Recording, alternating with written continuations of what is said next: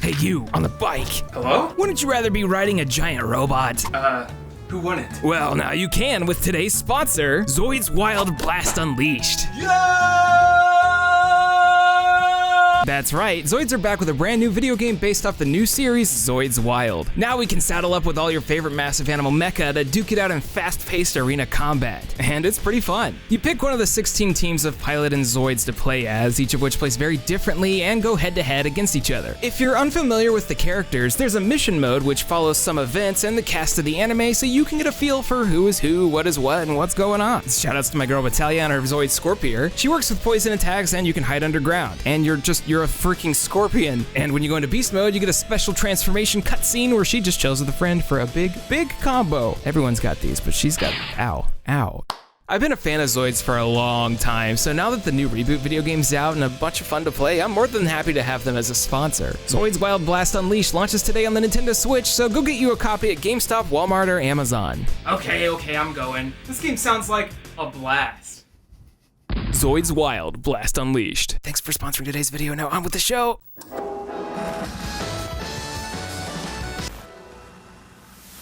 The Nintendo Wii was a misunderstood console. When the thing came out, all the early marketing and games pointed towards it being a very different experience from the GameCube. The future was here with motion controls, and deservedly so. Wii Sports became a phenomenon that became a hit in family and nursing homes throughout the, well, entire planet. The Wii's launch opened up the gates of infinite shovelware, filled to the brim with poorly implemented motion controls, quick-to-market licensed games, and wow, 50 games in one type of collections. And if you don't include the late Wii Shop channel, rest in peace, the Wii has over 1,500 video games worldwide. While that sounds like a normal amount, quick, try to name 10 that aren't Nintendo made. Yeah, it's tough, right? Stores and marketing were overwhelmed with first-party titles in like Just Dance or ports of GameCube games. Unless you closely followed games media, something like Sakura Wars 5 would go completely under your radar. If you were a developer with a name that wasn't Nintendo, you were probably slapping on motion controls because you had to and treating the console closer to the GameCube too. And why wouldn't ya? You could plug a Wavebird into that bad boy and kick it back with some Castlevania Judgment. But don't do that. Do Tatsu vs. Capcom instead. Or, go deep and play one of the hundreds of forgotten Wii games. There's so many hidden gems and essentially abandoned exclusives on the Wii, so I want to talk about a few that I played back in the day and a few that I wanted to try out. Only 2 of which ended up being shovelware, which is a freaking surprise. So yo, it's Austin, and today we're gonna be talking about a couple of Wii games that time has pretty much forgotten about, all of which haven't been ported or seen the light of day. Let's get the ball rolling with a relatively obscure game by Namco Bandai called The Munchables. Also known in Japan as Tabemon, but probably changed in the States due to the pun being lost on our feeble Western brains. In Munchables, you munch. You take control of either Chomper or Munchie, and you're setting off to save your planet starving from evil space invaders like the first boss here, Brocco Lee. And you do so by eating them. And if that was too much wordplay for you to handle, then don't play this game. Half of the dialogue and character names are just food jokes, but if you're slowly becoming dadcore, strap on in. I didn't do this, but the spine has Dad written in marker on the side, so it must be destiny. I've seen a few Katamari Damacy clones before, and this is definitely one of them. The Katamari franchise is one of my favorites out there. It has this goofiness and charm that is unbeatable. The soundtracks are always the toppest of tiers, and the gameplay is simple and engaging. This game really wanted to be all of that, and for the most part, I think they got close.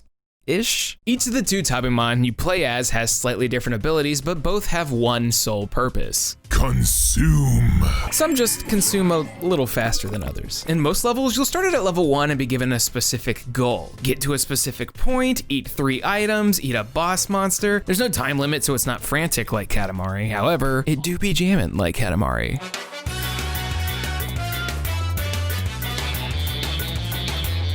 Well, I found where Ska died. Turns out it was on a copy of 2009's Munchables. This soundtrack goes hard, but the list of composers is pretty obfuscated, so it's hard to see who did what or who was even there, but it's really good. The gameplay is overall relatively simple. There's a lot of games out there that follow a very simple eat this guy to get bigger so you can eat that guy type of formula. Is that a genre? For 4 games? Let's roll with that. Like Evo, Katamari, or Maneater, Munchables is a very simple game that does what it does very well. It's just unfortunately extremely short and a little low on substance. It's got a standard video game variety theme park of level design, most of which are pretty fun and different from each other. Even if for some reason I'm suddenly hanging out with the boss of Wispy Woods or looking at not hidden blocks. They're not, I swear. Actually, the entire game's aesthetic is extremely similar to the one Nintendo uses these days for a lot of their Yoshi and Kirby games. It resembles Yoshi's Crafted World quite a bit, and similar to those, Munchables is a baby game for babies. It's not terribly difficult. I wasn't able to find a fail state while playing, just low scores. It's so similar to Katamari that I get graded in the same way, just by a naked man covering himself with a cardboard cloud instead of the king of all bold cosmos. Space.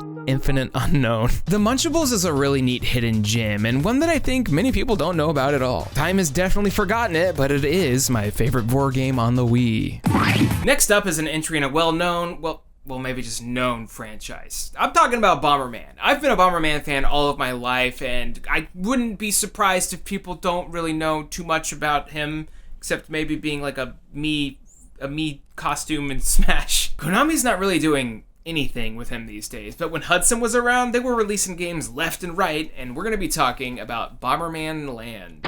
There's a lot of Bomberman games, and even more that never made their way out of Japan, such as Bomberman Wars, the single-player strategy RPG, aka the time White Bomber and crew visited the medieval times and engaged in turn-based combat. The traditional grid-based Bombermans might be the most common, but I find myself most interested in the games that break that mold. The Nintendo 64 trilogy of adventure-style Bomberman games are 3 of the best on that console, with the super rare Second Attack being probably my favorite, not just on that console, but in the whole series. Turns out if you combine elements of 2D Zelda with co-op monster raising, old school Bomberman bombs, and a kick-ass soundtrack, I like it. Oh, it's good. So Bomberman Land on the Wii is the 6th Land spin-off, but only the 2nd to leave Japan. It's also considered a remake of the first one on the PlayStation 1, except replace all the buttons with Wiimote Jiggle. These games are essentially minigame collections that more closely resemble the variety of Fusion Frenzy, and for the most part, they're okay. Rather than focusing solely on 4-player games, a majority of Bomberman Land's challenges are single-player tests of skill, some of which actually use motion controls in a decent manner, like it's playable. Like this one, where you have to navigate the Bomber Boy to the end of an obstacle course that kinda looks like one of those flash jump scare games. There's also one where you do basic addition and subtraction. It's homework. I don't know why this is taking up an entire minigame slot, but it can't all be bangers. If it was just the minigames, it would be a pretty decent game, but the main problem with Bomberman Land is how you go about getting to them. In any other minigame collection, perhaps other ones made by Hudson, there's a board you run around where you'll hit them up at random. However, Land has a full-ass story mode with a ton of dialogue, unskippable dialogue, really slow scrolling messages that I can't mash A through. Oh man. You're White Bomber, or I guess White Bua, and you're entering a competition at the Bomberman Land where you'll find out that there's an evil version of you with a cowboy hat running the show. And the game will make sure you know because you'll be sitting through cutscene after cutscene after cutscene. It wouldn't be the worst thing ever if the game was laid out in a more playable manner, but instead of having access to all of the minigames at once, Bomberman Land segments them out based on whatever world you're in, and it makes you play them multiple times in order to get good scores to progress. So you'll end up spending the first 2 hours of this game in cutscenes and playing the same 6 minigames over and over. Even if the quality of them is a bit higher than your normal Mario parties, playing them this many times is a drag. I hope you're ready to play Sword Draw 6 times in a row. And if you wanted to just play games in the attraction mode, that's too bad because they're just blacked out. You can't even pick them. You have to unlock them. Anyway, after I won the first tournament, I ran into the Dancing Queen Bomber who was dressed in quite the revealing fashion, and then I played a non-rhythm minigame, and then I gave up, just like Bomberman here, and booted up classic Bomberman mode. You know, the thing you can't really mess up. But they did. How did you mess this up? The speeds feel so weird. I think that if this game were structured differently with its unlocks, it would be way more interesting and memorable, but as it stands now, there's definitely a reason it's forgotten. This entire game is just Clown Bomber here. Go easy on me, I'm just a clown. Tee-hee. Into the trash. Y'all didn't think I wasn't gonna talk about some shovelware, did you? Cause I got some shovelware. It's a tale of 2 games, Pizza Delivery Boy and Minicopter Adventure Flight. I had to read the box because I'd forgotten the name. It's so mundane, It's mundane time. If you're trying to describe both of these games, the word niche would be an understatement. Let's start with Pizza Delivery Boy, a video game for one of the world's oldest occupations, the courier. Paul Revere would be disappointed. As you can see, this is a Crazy Taxi clone, and not a very good one. You make a pizza with the Wiimote, then you horribly botch making the pizza with the Wiimote, then you drive over sidewalks and crash into walls trying to deliver that pizza. After that, you try to earn more money doing other courier-esque jobs like delivering flowers. And that's the entire game. An eternal fetch quest where you follow the giant arrow on the top of the screen and drag PNGs of sausage onto PNG of a pizza. Exciting, thrilling, amazing, but one made by Majesco. I had no idea they were still around in the Wii days, but apparently they were a shovelware factory. You gotta love it. So what about Minicopter Adventure Flight? A game about piloting an RC helicopter to do ridiculous tasks. A game relatively similar to one simply called RC Helicopter, a hidden anime game on the PlayStation 1. This is an extremely game-ass game with the most simple concept ever. Fly your thing around, collect coins, shoot targets, deliver someone's prescriptions, try to land, and just live your life, man. Except when you boot up the game, for some reason it says Arc System Works. I don't know why, I don't know what that's about. Something about knowing the smell of a game. Honestly, Minicopter Adventure ain't for everyone. But it has a lot to offer for those who are interested in this unique and absurd concept. That is, if you're down with those Wii motion controls. You move your Minicopter by pivoting the Wiimote back and forth, and while that sounds like a nightmare, they actually did an okay job with it. There's a bunch of different copters, levels, mission types, and even the music's pretty okay. While by all means, Minicopter is the quintessential definition of shovelware, not a game that's gonna have a large or interested audience, and definitely not a game that's gonna be in anyone's top 10. I think it has a lot of value. It's like finding a really cool stick in the dirt that you'll walk with to school pretending you're a sick wizard. It doesn't quite achieve the heights of something like Power Shovel, which is still amazing, but Minicopter's a good time. Just pray that the Wii motion gods work in your favor. I know some of y'all might get on me for the next game I'm going to be talking about, but I think it's been pretty much forgotten about. Despite all of the sales and the middling reviews it had when it came out, no one really talks about Mario Sports Mix. That's especially weird to me, considering it was developed by Square Enix. Yeah, not Nintendo like you would normally expect. And well, it seems like this game's a smidge controversial. Reviews were extremely mixed, the overall difficulty was middling, and the mixed sports were 4 very simplified versions of hockey, volleyball, basketball, and dodgeball. 4 team-based games that are already kind of similar in the first place. So this time around, the Mushroom Kingdom is struck by a series of Final Fantasy elemental crystals, all of which contain a new sport unbeknownst to Mario and his crew. It's a shame that one of these isn't Blitzball, but I guess this is the canonical lore reason for these sports not existing prior, like tennis and golf. That's right, basketball is a fantasy sport. Let's go!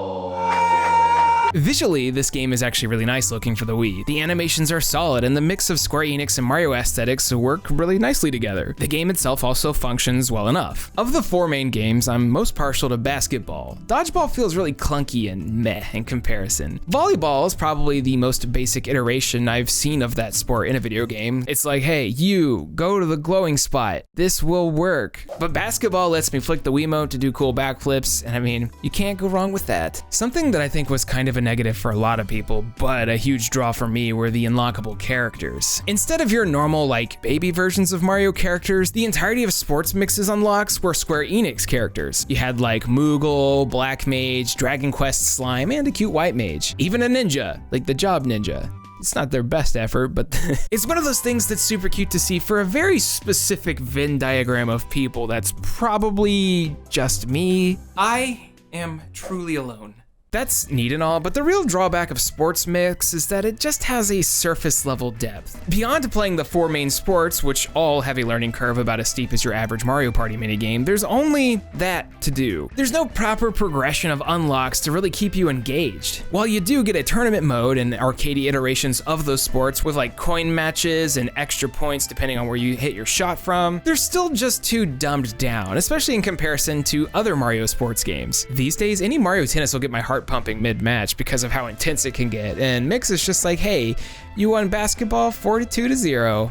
Is that allowed? So I missed. Mario Strikers Charged is a much more interesting game to play on the same console, and that's just one sport. I think Mix could have been a much more memorable and well-received game if there was just more interesting things to offer the player. But they kind of dropped the ball there. I will say though that the white mage done in the Mario aesthetic, very, very good. 9 out of 10. Almost as good as Daisy. I am truly alone. Mario Sports Mix is definitive evidence that a Moogle should be the next Smash Brothers character. That, or actually, I don't care. I do care about the music, though. Mario Sports Mix's original soundtrack was done by one Masayoshi Soken, who is responsible for doing all of the music on Final Fantasy XIV these days, and it's really good. Next up is a JRPG that I know most of you guys forgot about, and that's because I can barely find the soundtrack on YouTube. I'm talking about Rise Fantasia. Ah! Help me! I don't want to die! Help me, Mr. Lark! Oh, maybe that's why.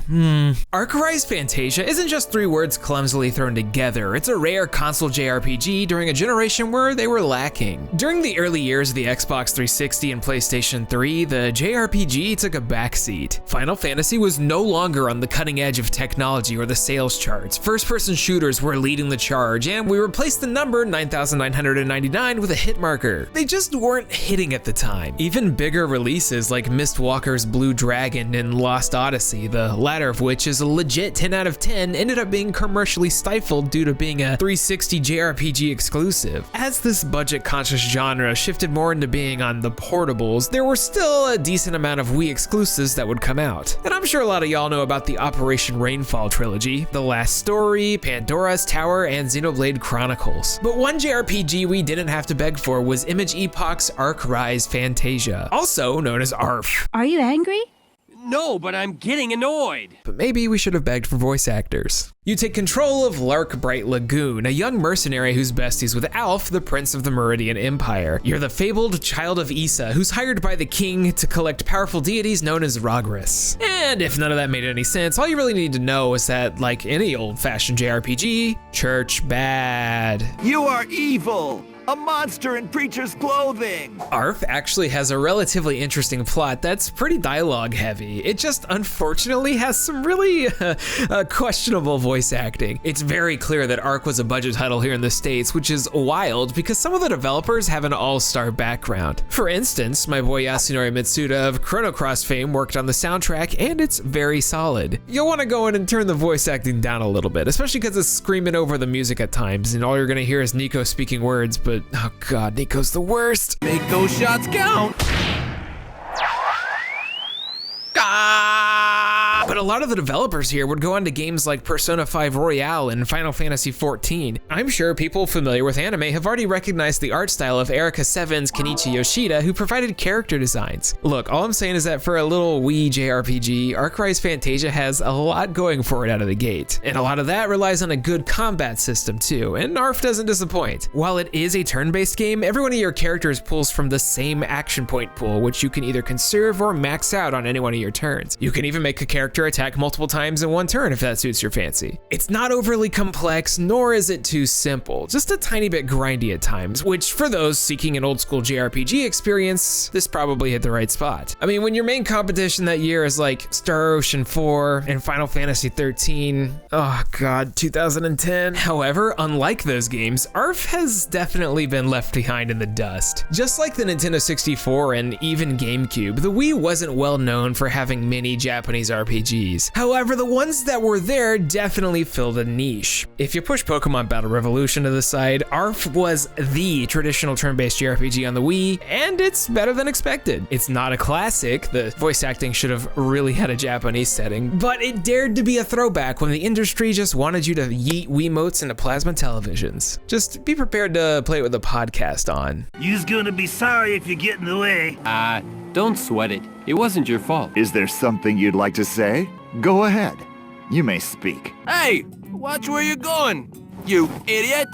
I'm sorry, idiot. All right, I got one more game I want to talk about today, and it's one I've wanted to for a while. In 2009, Namco would release a remake of one of their most beloved cult hits on the PlayStation 1, Klonoa Door to Phantom Isle, simply known as Klonoa.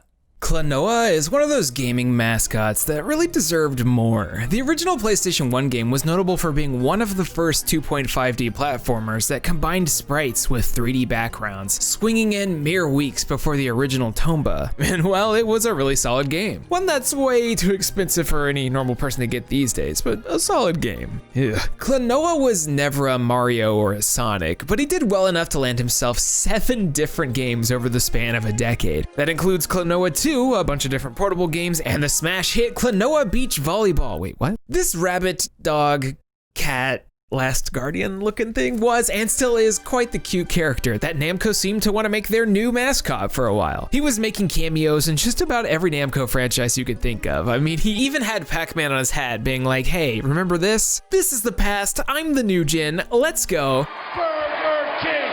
Burger King! So after a few years with no Klonoa, Namdai decided that they were going to remake the original for the Wii, a choice that actually made all of the sense. The Wii was in desperate need of good third-party support. It was a simple game that anyone could pick up and play. It was launching at just $30, and that's not a good cover, especially not when compared to this. Klonoa had a slight redesign, and it's definitely way better than what they were going to be doing. Initially, they were trying to bank really hard on that Western market, and were going to redesign Klonoa to look like this, and I'm glad they didn't. So the remake, it's good. It's no Klonoa 2, considering that game was something totally different, but the redone 2.5D action gameplay looked and felt fantastic on the Wii. It was visually clean. It's easy to tell what you're doing at any point. Klo uses his Sonic Ring with a Chaos Emerald glued onto it to grab onto enemies where he can either then throw them or use them as a bonus jump. And every boss and platforming segment has it in mind. Sometimes you'll have to interact with the background and foreground, but it's clearly marked. It has this visual clarity that a lot of platformers strive to get, but never do. If you can't tell, I love this game. It has fantastic music, it has solid gameplay that throws you back to that era of gaming without some of the PS1 jank. They even decided to make the game fully dubbed with an English voiceover, which is a big jump from the original's Banjo-Kazooie-esque gibberish, although that was charming. And that means that all of the cutscenes were redone as well, for better or worse. Pointless,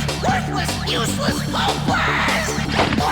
If you're to ask me, I felt that Klonoa Quinoa was a great success. But this video is called Forgotten Wii Games, and I think you know what that means. Welp. And nobody cared. Why didn't anyone care? This is all your fault, David. Come on, man. Klonoa was a bomb. Despite being a super faithful remake of a well-regarded game, sales were as low as 5,000 copies in the first week in Japan. Yikes. Director Hideo Yoshizawa had plans to potentially remake Lunatea's Veil as well as make a brand new Klonoa game if this was a success, but those never came to be. I honestly think that this game would have had way more success as a digital-only title on Xbox Live and PlayStation Network. In 2009, the demand for a return to the straightforward, basic platformer wasn't quite around yet, and I think it suffered for that. We needed like 4 more years for the indie craze to come around. That and the software attachment rate for the Wii was always pretty low. Who needs video games when you got spurts? Klonoa's been MIA for well over a decade now, and while I still hope one day he can come back with a nostalgia victory lap, I'm afraid he's fallen into the pits of obscurity. But at the very least, we still have 3 really solid games in this obscure franchise to play and remember. But hey, Bandai Namco, if you guys wanted to port the original 2 to anything, that would be greatly appreciated. Hurry up, you got a week. There's a lot of forgotten Wii games that do deserve your attention and time, but in my opinion, this remake of Klonoa, as well as the entire series, are pretty high up there. I was a bit late to the Wii's library, as I was pretty deep in that Wrath of the Lich King at the time, but now that I'm older, I've been getting deeper and deeper in, and I'm finding all kinds of really cool stuff, so if you can think of anything that I should play or cover in the future, please let me know down in the comments. I'm gonna play Fragile Dreams. I'm gonna do it. Anyways, catch me next time when I pay the ultimate price. Thank you so much for watching. Special Patreon thanks to Ryan Talbert, Plasma Phoenix, Nitron, Legend Gary, Kieran Arter, Kevin Zanowski, Josh Garbage Lord, Jordy McCaffrey, Jacoby Fitzpatrick, Jeffrey Narvaez, Jay Roos, Flaming Fighter, Eli Shane Staufenecker, David Molnar, Donald Dowdy, D.A. Stevens, Cliff Fro, Christopher Olivia, Chris Shelton, and Brandon Howe. Thank you very much for your generous support. Hey, you know, like video games and stuff, right? They're pretty cool. You can watch me play them on twitch.tv. And if you want to support the channel, you can do so on Patreon. I hope you guys have been enjoying the new content frequently. It's been fun. But for now, I will sleep. Sleepy time.